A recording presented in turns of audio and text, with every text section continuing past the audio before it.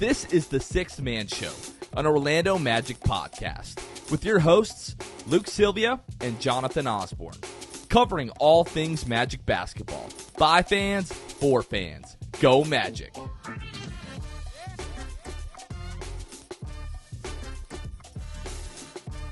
What's going on, Orlando Magic fans? You guys are back with the Sixth Man Show. Today is August 25th, 2022. Jonathan Osborne here. As always, I am joined by my co-host, Luke Sylvia. Luke, what's up, bro? How are you? I'm great. We are a few days away from college football kickoff. We are a few days from my birthday. Once again, everybody, get excited about that. I will be the big 2-6. So, that's it. I just wanted to kind of... this is coming out on the 25th. You know what today is? Your birthday. Yeah, hey, thanks, Luke. Yeah, it's my birthday. Thanks for remembering. Yeah, I appreciate that, bro. Hey, listen, you put yours out there, I put mine out there. That's how, I just didn't know. I did know. I knew it was coming up, and it was before mine, so there's that. First person that wished me a happy early birthday, Manny. Shout out our boy, Gi Woo, Emmanuel. How did he know? Cares about me, I don't know. Shut up. How does he actually know? I really don't know. I really have no idea because Facebook friends? When he texted me, it wasn't even the 25th in Australia yet because they're 14 hours ahead of us, and we're recording this just after 8 o'clock on Wednesday. So It's not quite Thursday. I don't know how he remembered that, but he did. And, very nice. Very, very nice fella, that Manny. We appreciate everything that he does.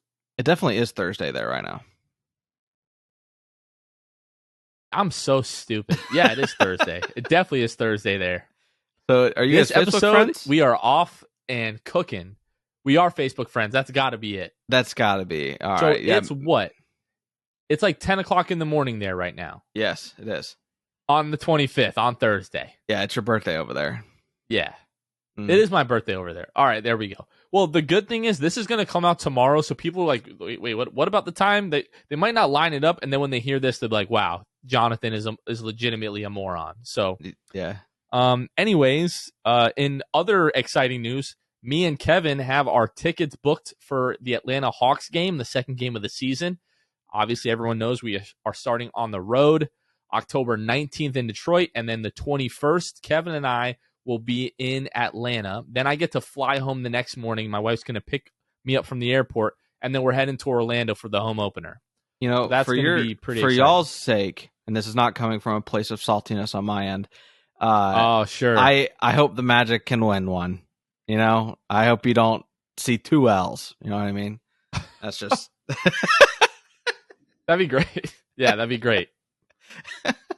All right, before so we're starting this kind of like series, I guess, over the course of the next few weeks, where we're going to break down each position group on the Orlando Magic and kind of what we expect it to look like next season.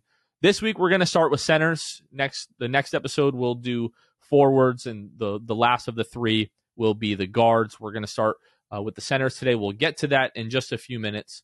But we do have a little bit of Orlando Magic news in this past week.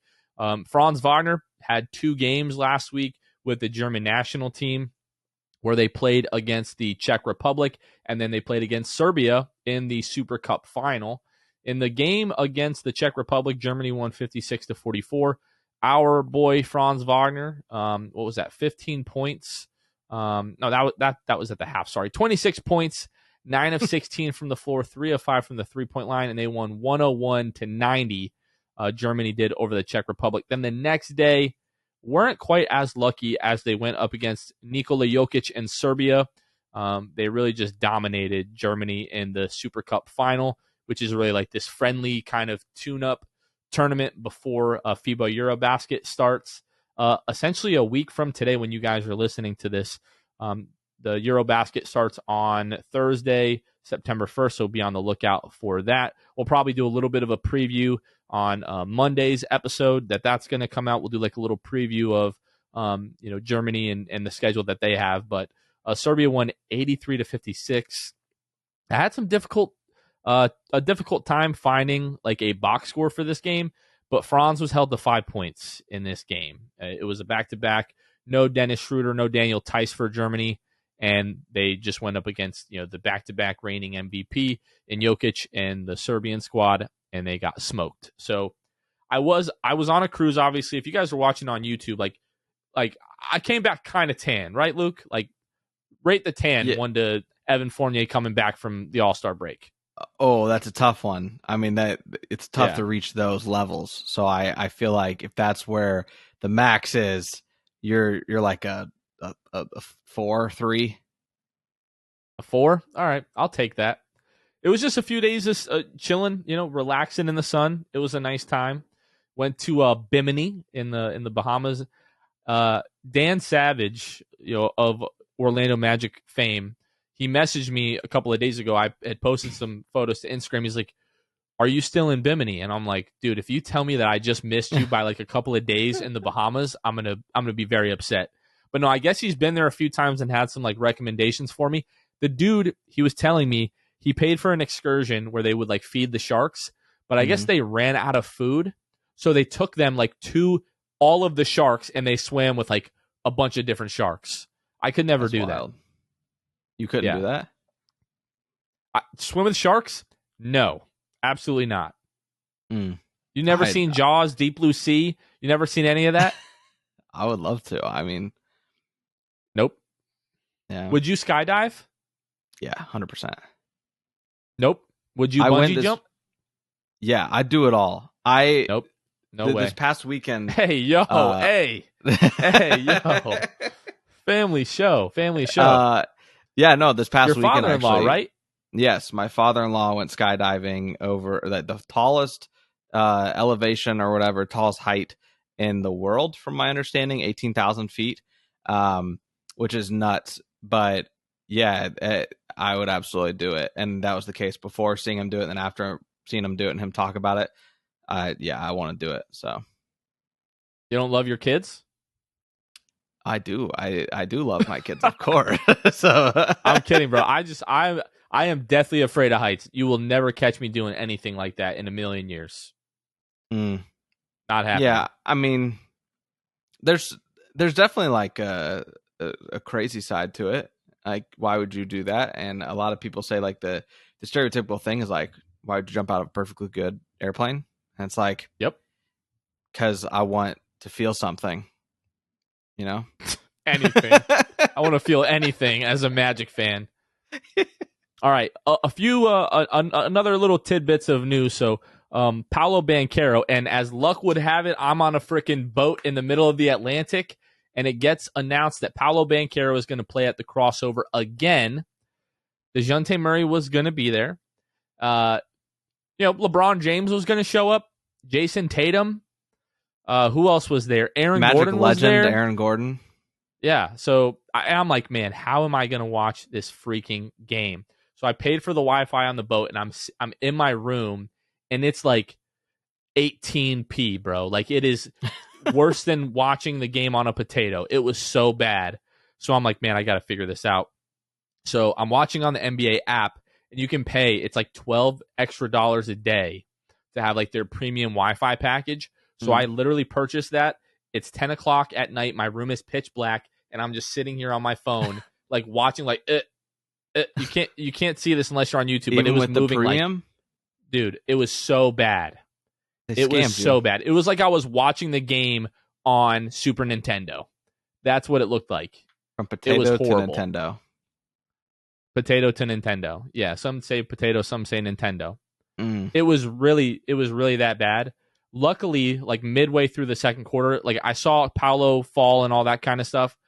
But luckily through the second quarter, if you're living underneath a rock, they basically shut the game down because there were so many people in this gym. It was so hot and humid in there. I think there was an issue with the air conditioning. Yeah. Guys were just sweating all over the place. There were people literally on top of the floor, on top of the court. Jamal Crawford just shut the game down before anyone got hurt. Unfortunately, it wasn't really before anyone got hurt because Chet Holmgren defended a LeBron James drive to the basket and I guess like tweaked his foot, tweaked his ankle. And then today, on Wednesday, Shams comes out that there is fear that he has suffered a torn ligament in his foot, which of course all the people that were afraid of his frame are like, ha, see, I told you. And I'm like, I don't know about that, but it's definitely not a good look. Like if you're on the other end of that argument, it's like, this doesn't really help you. I saw, so yeah, somebody was like, for those of you that are celebrating the injury because not necessarily celebrating, but maybe feeling validated that you didn't want your team to take Chet because of frame, and then this happens. I saw someone say it's usually happens with guys with a lot of weight on their frame. They got with these types of injuries, like obviously they have like they're getting weighed down by all that weight, but Chet, we know that to not be the issue. And just to clarify, you mean like the foot ligament issue? Yes. Okay. Yeah.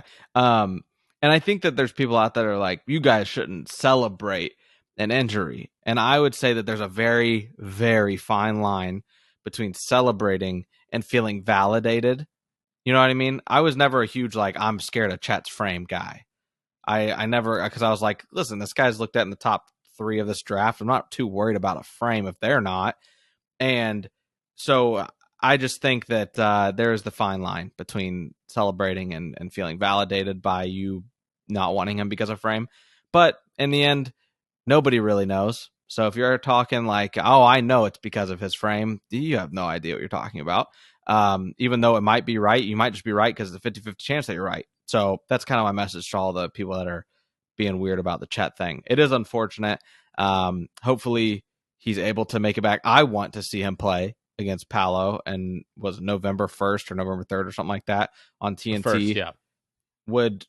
I would be bummed, honestly, if we get robbed of a Chet Paolo thing. And of course, they were on the same team in the crossover, so we didn't really get to see that either. So, yeah, it's unfortunate. We really hope that Chet, I know our guys over at the Uncontested are not doing well right now.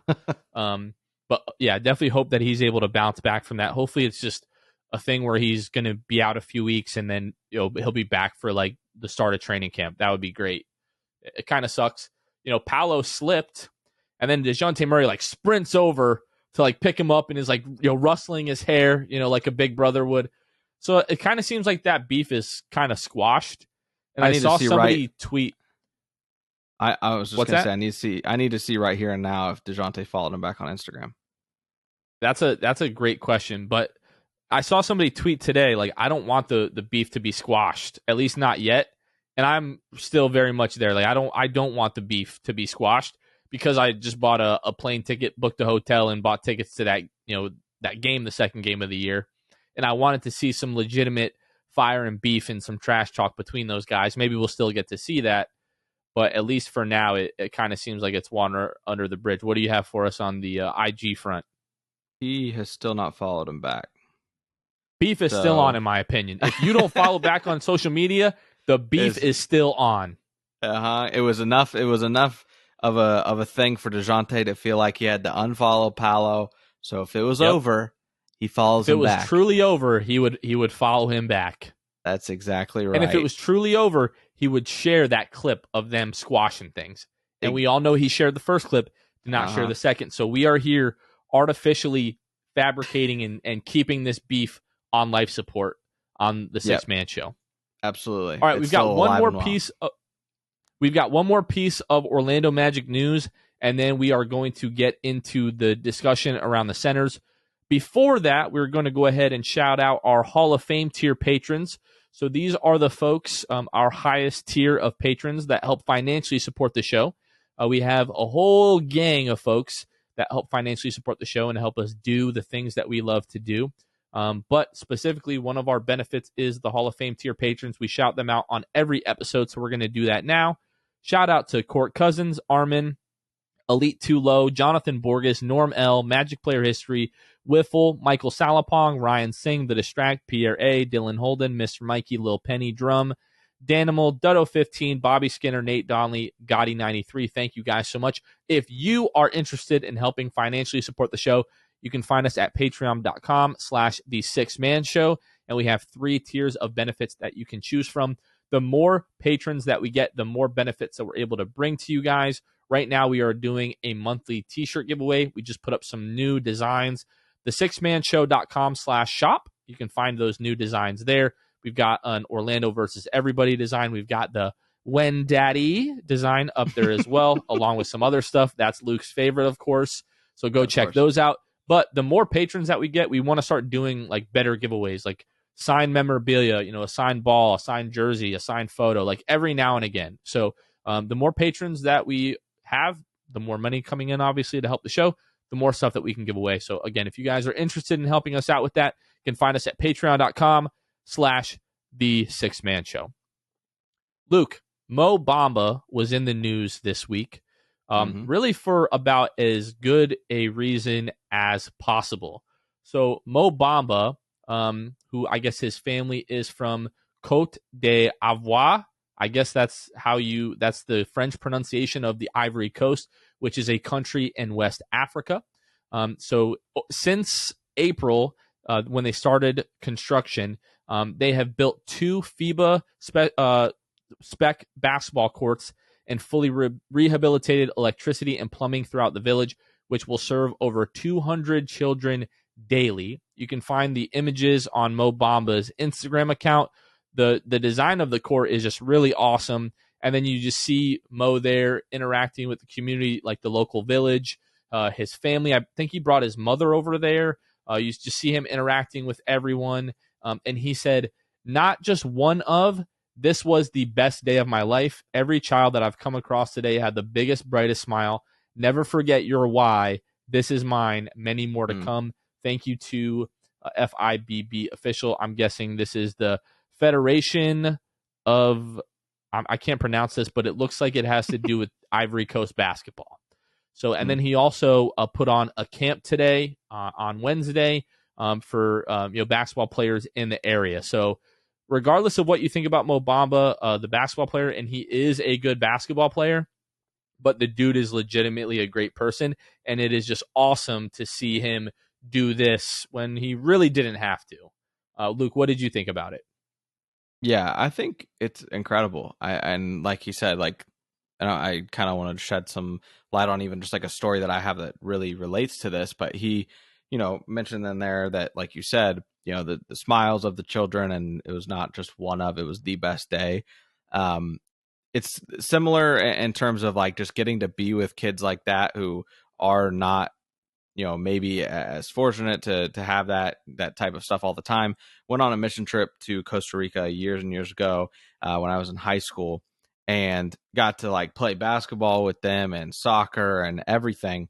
And even though there was clearly a language barrier between me and these kids, it didn't matter. Like when you are able to bond over a sport, it is such like a fun and awesome thing that I resonate with that. Like, it's not just one of the best, but like the best days. Like, that's how you feel after you do that. And so I can only imagine like Mo Bamba, after being the reason for all of this, like for the courts and for the everything throughout, that area of the city, whatever it was that you said that they repaired as well. I can't imagine the just the gratitude that Mo even had. And it's just funny that, it's people in those areas that are often the most happy, and they're just like thankful to be there. Like, I'm just like happy to be like here and alive and like doing the things that I want to do, like playing, and regardless of, what you've got going on in life, it truly is, one of the best things in the world to be around people like that. It's infectious. And I'm sure that Mo was feeling that the whole time he's been there. Yeah, it says they fully rehabilitated electricity and plumbing throughout the village. So not only is this going to serve over 200 children daily with the basketball courts, but they're like greatly improving the quality of life of the people in the village. This says Bamba also collected over 100 pairs of basketball shoes from his Orlando Magic teammates and 100 high-performance insoles from Move Insoles to donate to the Ivory Coast Basketball Development Program. Procuring shoes larger than size 12, especially for high-potential taller players, remains a significant supply chain challenge in Africa. So, I mean, we talk about this all the time, but when you root for a team, and obviously you care about the product on the floor and you care about like the results, but when you have quality, like legitimately good human beings playing for your team, working, for the organization, like just it makes you a little bit more proud, to root for the team. And, what Mo Bamba is doing, it just makes you like, and you talked about like, Costa Rica.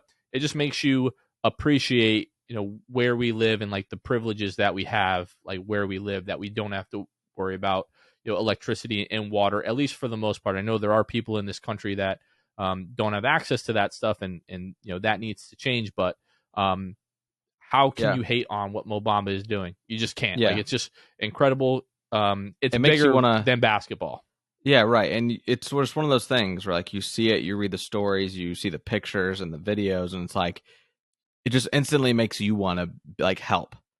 Like Right. it makes you want to find the nearest like fundraiser. I know there's a lot of things out there. There's like a well, something essentially like a country that does that, like in a third world country, where if you are able to raise X amount of dollars, you can fund wells that like give water to families, and like it's just that sort of thing. There's a lot of really cool opportunities out there, and that's what Mo Bamba is doing here in terms of making that's also infectious, not just the attitude of the kids, but the attitude of Mo, and seeing that and be like, man, where can I jump in? Right? Like, who can I help? Even if it's on a much smaller scale, like that is just one of those things where gratitude is contagious. So shout out to Mo. Something that we've just kind of talked about doing behind the scenes is just kind of digging in a little bit deeper into, because I know a lot of these guys are involved in like different charities and different foundations, but something that we've just started to toss around between us behind the scenes is kind of doing a deeper dive into like what each guy on the team is involved in and kind of shedding light on that. Yeah. So if you guys are interested in hearing more about this kind of stuff, like let us know in the YouTube comments or on Twitter, Facebook, wherever you guys are listening to this. If that's something that you guys would like to hear, we'd like to talk about it. I like to talk about this kind of stuff. It makes you feel good. It restores your faith in humanity. I know a lot of people struggle with that, and so much of what we hear is bad news. It's great to talk about people doing awesome things. So the wise words of Cole Anthony, shout to Mo Bamba, because that is awesome. Really proud to root for that dude, and proud that he's on our team. Luke, let's talk basketball. So we are just about 4-ish weeks, give or take, away from media day and then the start of training camp. And a couple weeks after that will be the start of the preseason. So like we said at the top of the episode, we're going to start to break down the position groups of the Orlando Magic and just kind of outline what our expectations are for each position group this season. And obviously we'll talk about the individual players within that player group. And we're going to start with centers. So looking at a basketball reference, and they have every single guy who is either a two-way or potentially going to come to training camp with the Orlando Magic, at least the guys that are on the official roster. Forgive me if I led anyone to believe it's like Exhibit 10s and stuff like that, because that is not here on Basketball Reference. And let's just preface this. Do we think any of those guys has a chance to make the team anyway? Who, the Exhibit 10 guys? Yeah. No. Exactly. So I don't feel the need to really cover those guys. Lakeland, yes. The Orlando Magic, no. So the group of centers, we're going to talk about centers, then we'll talk about forwards on our next episode, and then 2 episodes from now we'll talk about the guards. But the centers are listed as Bol Bol, Moritz Wagner, Mo Bamba, and Wendell Carter Jr. If you can put together why I've gone over them in that order, you're probably correct. But let's start with Bol Bol, Luke. Obviously, Bol Bol was traded to the Orlando Magic last year, basically at the trade deadline, along with PJ Dozier, who had a torn ACL, so he was basically waived immediately after. But Bol Bol, the Magic kept him the rest of the season, and they just signed him to a 2-year deal. But for his career, so far in 3 seasons, he's appeared in 53 games. He started in 2 games. He has averaged 6.2 minutes per game, 2.7 points, shooting 47% from the floor, 37% from the three-point line, 66% from the free throw line, adding 1 rebound, and hasn't really averaged a full counting stat in assists, steals, blocks, or turnovers. So Bol Bol is like very much the unknown. If we talk about his physical attributes, 220, 7'2", crazy long wingspan, can dribble, can shoot. His defensive awareness has definitely been brought into question. What are your thoughts on Bol Bol, and where do you expect him to kind of fall in the center hierarchy next season? I put him last. I don't think that there's much there with Bol Bol. I think that he's like a last resort.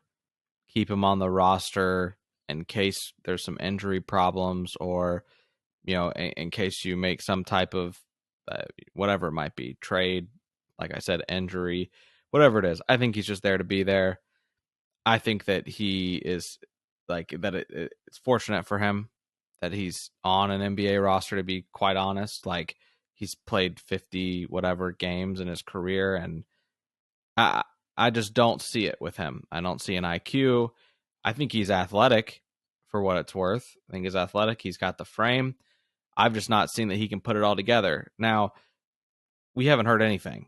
We don't know anything at all. He could be in front of Mo Wagner once the season starts and take Mo's minutes, essentially, Mo Wagner's minutes, that is, from last season, for all we know. We just haven't heard anything. We assume he's going to be good to go by game one. But I'm interested to see kind of the route that he takes if he even sees the court. He's a younger guy. He's, 22? Something like that. So we'll see. I don't know. Do you have a strong feeling one way or the other about Ball? No, I don't have a strong feeling about him. I just think there's a reason that the Magic not only traded for him, but re-signed him to a 2-year contract. And essentially it's just taking a flyer on, at some point, him being able to put his mix of size, athleticism, and skill together, because he is skilled. Like, if you can talk about open gym highlights, and if we want to disparage those, I totally understand, but his ability to shoot and dribble the ball at his size and the way that he's able to move, you cannot teach that. You can argue whether or not the other stuff is learnable that he hasn't picked up yet to this point. And I don't want to dismiss the people that really get excited about Bol Bol, because there are people out there. There will be people in the comments on this episode in YouTube talking about, like, Bol Bol is the truth, Bol Bol is the guy, yada, yada, yada. But it's because of that unique mix of talent and size that he has. It is there.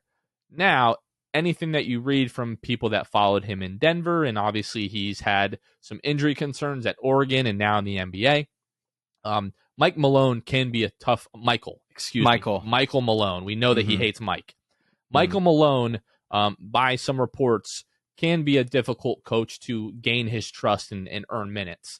But apparently the issue with Bol Bol was just, like, between the ears, it was not there. Like, and not saying he's not intelligent, but the level of basketball awareness that you have to play in the NBA every night, which is why whenever people make, stupid comments about, like, basketball players being dumb jocks or whatever, I'm just like, you don't understand the mental capacity that you require to play a professional sport. Like, you cannot be stupid. People say the same thing about football players. Like, to remember the playbook, like, you have to have a very high level of football IQ to be able to do that kind of thing. So, but that seems to be what is missing with Bol Bol. We've talked about Mo Bamba with this, where he's just not always in the right spot offensively. He's not in the right spot defensively, doesn't always know what to do. And for Bol Bol, that seems like it's even more of an issue for him. Yeah. So and that he doesn't have any reps. Well, I think that's the reason he hasn't gotten those reps, is because Michael Malone, for whatever reason, just found him essentially unplayable. And that's why he has averaged 6 points a game, or 6 minutes a game for his career. And in 3 seasons, although injuries has a lot to do with it, has appeared in just 53 games. So for me, I'm kind of in the same boat as you. I do see the potential in Bol Bol. I just have serious doubts that will ever come to fruition. I don't blame the Magic for taking a flyer on Bol Bol, but I do have him last as well in the rotation. I would be surprised if we saw him in the rotation on a regular basis this year. I think if you see him in the rotation, that it just means that he showed out in training camp and then the moments and practices leading up to the games, that he clearly hopefully he spent a lot of his downtime studying what the Magic schemes and playbook, things like that, just actions that they run.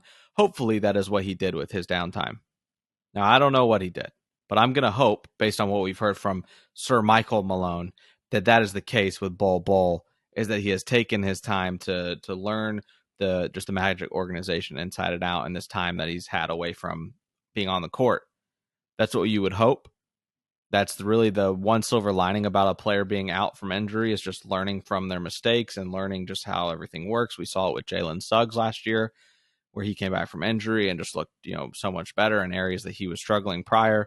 So I don't know what will happen with Bol Bol, but I do think if you see him on the court, it's because he showed great strides leading up to game number 1 for the Magic. But is it bad that, not bad, but it is kind of sad to think about Mo Wagner not getting minutes. And that's exactly what would have to happen if Bol does get minutes. Now, if Bol is just incredible, then I'll get over it quickly. But if Bol is just like basically Mo Wagner without the intensity of Mo Wagner, then I'm like, obviously he's got more size. They're completely, in terms of their game, it's different. But you know what I mean? Like, he'd be stepping in, taking his minutes.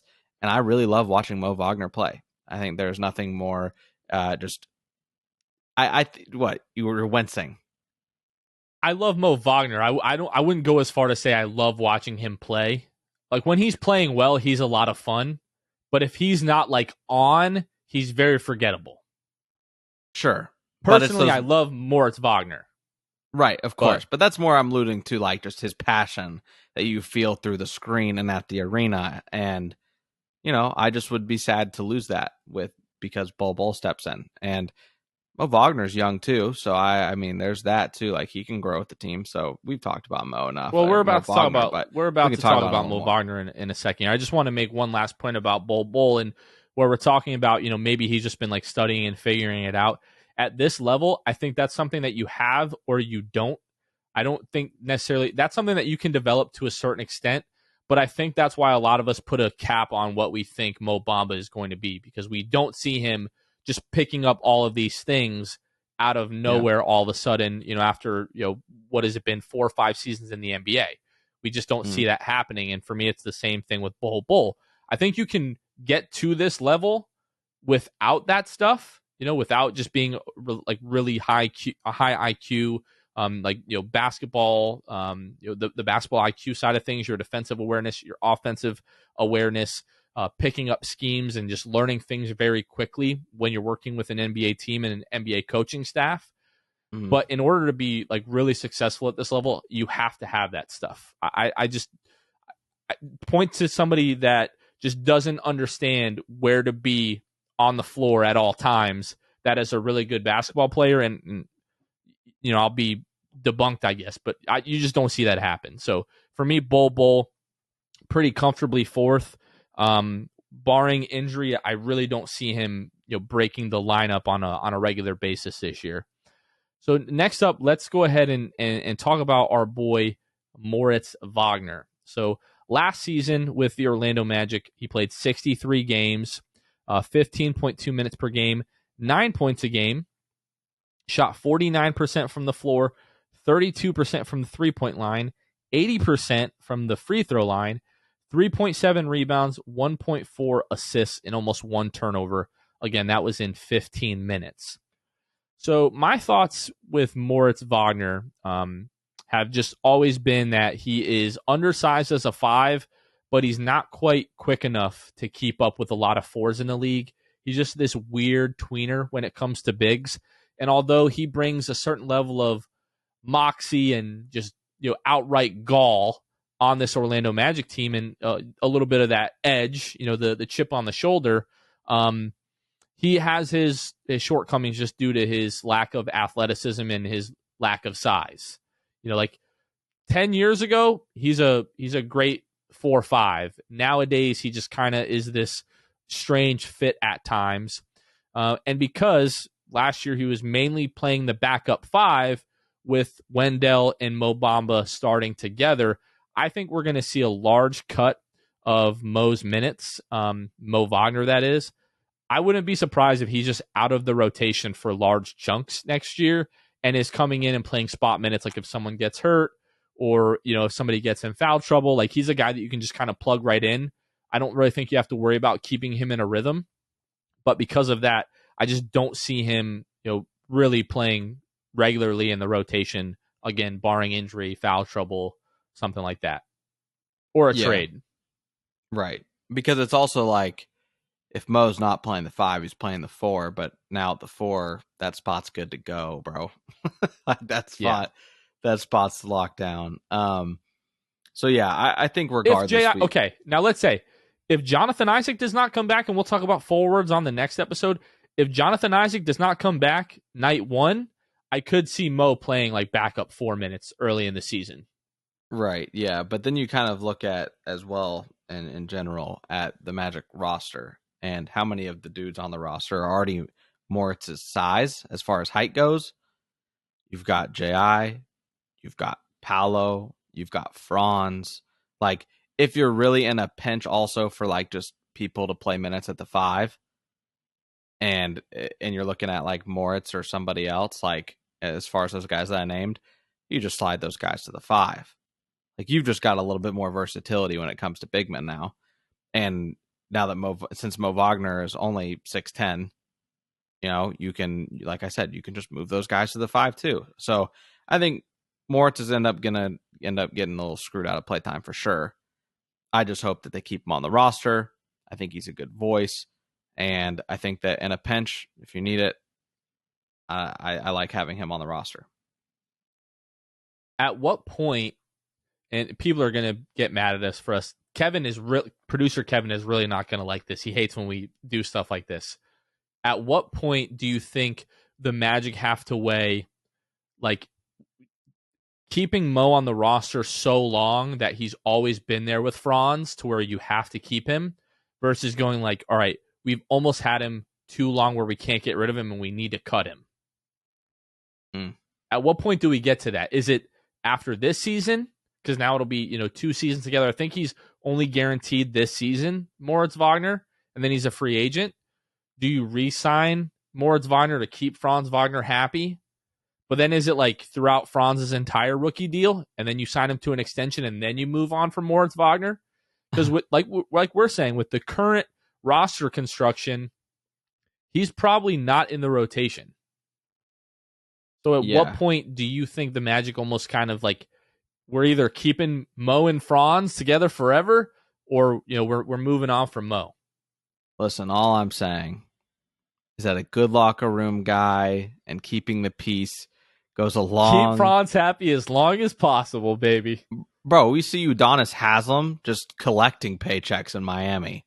Like, at what cost? Do you value it that much?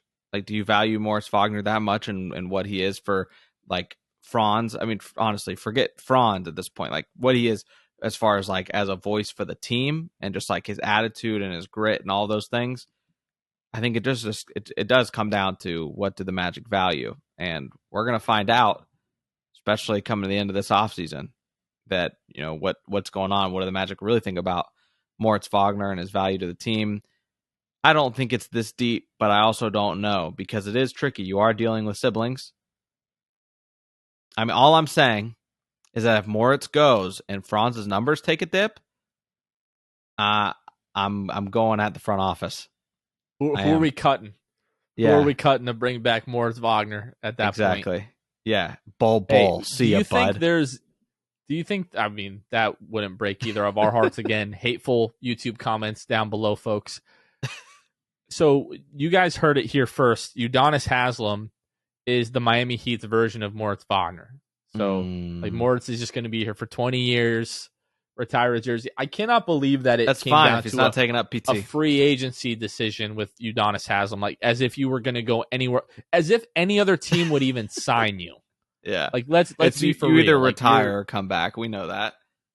Yeah, like Mickey Arison was like, yeah, sure, UD. Like you tell me, as soon as you decide what you're going to do, you have so many offers on the table. Yeah, the opportunities are endless for you, UT. What do you want to do, young buck? Hey, did you see the video of Dwayne Wade and his shenanigans this past weekend? Him and his wife on a boat. Mm-mm. You didn't see it? I don't think so. Don't even bother going to see it. All right, but heat culture, whatever that is about. Dwayne Wade, weird fella. Anyways, Was it Let's his move wife or on to the Jimmy next Butler? one. Bro, that is a discussion for another time. I'm almost positive it was Gabrielle Union because we know Twitter would have burnt to the ground if it was any other person besides Gabrielle Union. We know how much people love Gabrielle Union and Dwayne Wade. Mm-hmm. I don't particularly care for Dwayne Wade because he's played for the Miami Heat, but it is what it is. Let's move on from Moritz Wagner, and we're going to talk about the other Mo Bamba. If you haven't put two and two together, Wendell Carter is number one on our list. We've already talked a ton good things about Mo Bamba, but let's talk for a few more minutes about Mo. Luke, what are your thoughts on Mo's role this coming season? Yeah, listen. First of all, just because Mo does great things off the court does not mean he is Oh, here we immune go. to criticism. But all that aside, honestly, at this point in time, I don't have a ton of negative about Mo Bamba solely because he basically, by signing that deal with the Magic, acknowledges that it's a backup number deal. Like it shows us that he understands that Dell right now is the front man. I'm sure they said, Wendell is the daddy. Wendell is the daddy. He is everybody's daddy. And that's how it's going to be for a very long time. But Shout out to Ron. yeah. But that's what I'm saying is that I really am thinking good things about Mo Bamba because he came back on a deal that didn't break the bank by any means. And so just a good spot to be in, honestly. You could do a lot worse with backup centers around the league. And I didn't think that the Magic were going to get him back on this type of deal. It was very surprising. I thought some team was going to definitely overpay, and it just didn't happen. Or Mo is really that bought in. Same thing, obviously, we've talked about, like Gary Harris came back as well. The Magic might have slightly overpaid for Gary, but worth it. They wanted to be a part of this team. So I think it speaks volumes that Mo's back in general. And it really puts all things out the window about how's he going to feel about being second fiddle, really, like officially, now that he's not going to probably be playing too much four. I mean, granted, you could probably throw him out there. I think that does provide you some versatility there because it proved that it was not an awful thing. But we will see. Mo Bamba is definitely a backup center. And as a result, I really don't have any type of complaint, honestly. Yeah, so what Luke is referring to, the contract that Mo just signed, 2-year, $20,600,000 deal. So $10,300,000 per year. Only the first year is guaranteed. Essentially, they could just waive him, after this season and open up $10 million in cap space. So looking at Mo Bamba stats from last year, so played 71 games, most of any center on the roster there. I think was pretty close to a team high. I think that might have been the team high, 71 games for Mo Bamba. No, but in Franz 25 minutes probably per was game, team high. You're right. You Like are right. 78. What was that? 78. Yes. Thank you for correcting me. But yeah, Mm-hmm. but definitely out of the center group, Mo Bamba, led the pack there, 71 games, 10.6 points per game, shot 48% from the floor, 38% from the 3-point line on 4 attempts per game. That is nothing to sneeze at. 78% from the free throw line, added 8.1 rebounds, 1 assist, 1 turnover, and 1.7 blocks per game. So definitely, I don't think he gets 25 minutes per game this season. My guess would be like around 20 to 22, in the backup center role. We still may see some minutes with Mo and Wendell together. We know that they can play on the floor together. Right. So I don't want to totally rule that out, but it definitely won't be as regular as it was this previous season. But not only did the signing show me that Mo Bamba is willing to accept that kind of backup center role, it just shows me that he wants to be here in general. And we saw the same thing out of Gary Harris, although the money was probably enticing. Definitely could have got Gary Harris, definitely could have got more than 1 year guaranteed, which is essentially what he got in his deal. So again, it just shows again that we have a good thing here. We are headed in the right direction. People want to be here, and everything is just going to be just fine for us. Life is going to be swell. The team is going to be good eventually. We're going to win a championship before we die. Can we just acknowledge that the group of three, really, Moritz, Mo, and Wendell, just appreciate as Magic fans and the injury stuff that we've had to deal with, that they all played over 60 games last year? Amazing. Truly. They all played over 60. Nice to see. I'm glad that one group, a position group, is, able to stay healthy. So just want to throw that out there. I didn't put that together till just now that they all stayed very relatively healthy. And Franz played 79 games, not 78 games. My mistake. Chuma coming in third, 70 games, after starting the season with like that bruised hip or whatever it was. Yeah. So we'll talk more about Chuma Okiki next week, obviously, and we'll definitely talk a lot about Franz next episode. But yeah, Mo sitting there pretty comfortably at number 2. And then our guy, our starting center, potentially could be an all-star someday. I'm going to say that. I think we both agree with that. We both believe that. Wendell Carter Jr. I'm just going to run through the stats here, and then I'll pass it to you, Luke. 62 games last year. We think he was probably held out towards the end of the season because the Magic were actively trying to lose games. Yep. But essentially 30 minutes per game, 15 points, almost 11 rebounds, 2.8 assists, half a steal, basically, almost 3/4 of a block a game. Shot 52% from the floor, 32% from the three-point line after he started the year really, really hot from behind the arc. And then 69.1% from the free throw line. Luke, Wendell Carter Jr. Win Daddy. He's just a stud. 15-10. They wrote him off in Chicago, but he's here, baby. The starting center of the Magic, like you said, could be an all-star in the future. So we will see. But honestly, the more like hot topic debate type section of this whole show really came with like Bol and Moritz Wagner. At this point, we all know Wendell Carter Jr. is the starting center for the Magic. He is going to continue to be. Obviously, we just hope he continues to just replicate like these seasons where he's playing those 60-plus games, as you alluded to. Wouldn't shock me if he plays 70-plus games this past year if it's not for trying to lose games. Very impressive from him to just keep at that volume of games to be a 15-10 guy. Incredible. I mean, he's just his block numbers aren't going to wow you, but as we've said many times, Jonathan, it's not necessarily like rim protection, right? Or it is rim protection, right? Not just like shot blocking. It doesn't show up, but people are scared to go in the paint. People see him and they're like, "No, I'm not going to. I'm not even going to give him the now. opportunity to block my shot." And that's what else do you want out of a center when it comes in the paint? He's just a stud, man. He's a stud. I'm sure everybody's like, "Wow, Luke, this is really deep analysis." To which I say, it doesn't matter. This man is amazing. What else do you want me to say? You're listening to Magic content right now.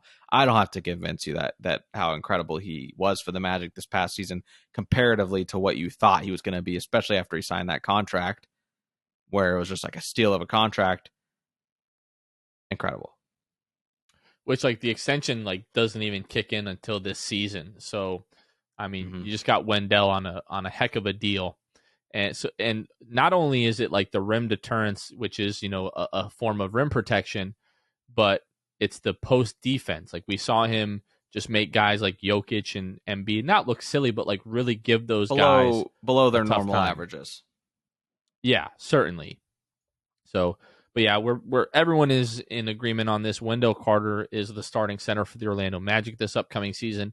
I'm just interested to see what his numbers look like because you could tell me like they go up a little bit. You could tell me they go down a little bit. I would totally understand that. Not because he's not a good player, but you're going to have Markelle Fultz, year 2 of Franz Wagner. You're going to have Paolo Banchero in that starting lineup, we hope. And I could see Wendell just getting like easier looks and the scoring going up a little bit. Or I could just see him maybe not getting the ball as much and the scoring drop a little bit. But the good thing that we know that we don't have to worry about with Wendell is we know what we are going to get every single night out of him, which is going to be solid production, good defense. He's not going to be a ball stopper. And I've already talked about this. I think the Magic potentially have the potential to be one of like the best passing lineups in the entire league if you're starting Markelle, Jalen, Franz, Paolo, and Wendell. Like it's just a ridiculous amount of unselfish players and playmaking and just a lot of good things are coming Orlando's way, and we're really excited about that. But I think, Luke, that is going to conclude our conversation around centers, unless you have anything else that you want to add. The only thing I was going to say is going to ask you, how many All-Star appearances does Wendell have, and do they come via substitution, essentially, or are they all fair All-Star appearances, or just one? I mean, I just want to know, since you threw out the All-Star word, do you have a gut feeling? You got to wait for guys like Joel to simmer down a little bit. Like, we've got a few years, but Wendell's young, so we can get there. Well, in recent years, we've seen guys like Vooch and like Julius Randle, make the All-Star team, in the Eastern Conference. I think for Wendell, it would have to be one of those scenarios where he's just like a really good contributing piece and the Magic are really good. I don't think we're going to see the kind of scenario where the Magic were just kind of ho-hum and, Vooch is putting up 20 and 10 every night, shooting almost 40% from the three-point line. I don't think we're going to see that kind of season out of Wendell. I think he's capable of that, but I just think the Magic are too good. I think if you polled most Magic fans who you would rather have right now, I think most people would say Wendell. But I still think people are crapping on Vooch because he did not have a great year last year in Chicago. But Vooch is still a heck of a player, at least that's what I think, and I'll always love that guy. But I think that's going to do it for us for our conversation with the centers. Unless, do you have a feeling one way or another with the All-Star appearances with Wendell? No, I wouldn't be shocked at any outcome. I wouldn't be shocked if he just continues to be this 15 and 10 guy and that's it, which is fine with me. Or does he take a leap and become a real team leader in terms of that respect? I think he already is a team leader. But yeah, I won't be shocked. I'm not going to put, I'm not going to say that he's going to win multiple All-Stars or anything, or I would be happy if he wins one before his career's over, honestly. And just that. Which we got a long way to go, baby. We got a long way to go. Long haul. All right. So next episode, we may or may not have a guest. We're working on that. But we're also going to work in, our conversation around, what the forward, position group is going to look like. We're talking about guys like Jonathan Isaac and Paolo Banchero, Franz Wagner, Chuma Okeke, and I'm probably, leaving some guys out there, but really excited to talk about those group of guys on the next episode. I don't think we've got anything else. Be on the lookout. October 14th, which is a Friday, the Magic are taking on the Cleveland Cavaliers at home. It is their final preseason game. We are putting the finishing touches on getting a link so people can buy tickets to sit with us at that final preseason game. We're trying to get as many people as we can just to fill the Amway before the regular season starts. So be on the lookout for that. And then, of course, we're going to be doing events around the start of the season, watch parties, do some kind of pregame thing before the home opener. That is going to be, October 22nd, that Saturday. Yes. The Magic will take on the Celtics at home. So be on the lookout for all that kind of stuff. This has been a great offseason for us. Thankfully, we can kind of see the light at the end of the tunnel. Just been a great offseason for the show, for the Orlando Magic. We're really excited for next season. Luke, anything else that you want to add before we wrap it up here? Go Magic, baby. Breaking news, Taco Fall has signed a league in the Chinese Basketball Association. Wow. I know our Orlando UCF people will find that interesting. Luck, bud. Yeah. Anyways, for Luke Sylvia, this has been Jonathan Osborne. You guys are listening to The Sixth Man Show, and we will catch you guys next time. See ya. Thanks for listening to The Sixth Man Show. Be sure to subscribe on iTunes and Spotify to get new episodes downloaded directly to your phone. If you enjoyed the show, please take a minute to give us a 5-star rating and a review. It helps out the show a lot. Follow us on Twitter, Instagram, and Facebook at Sixth Man Show. We'll catch you guys next time. Go Magic!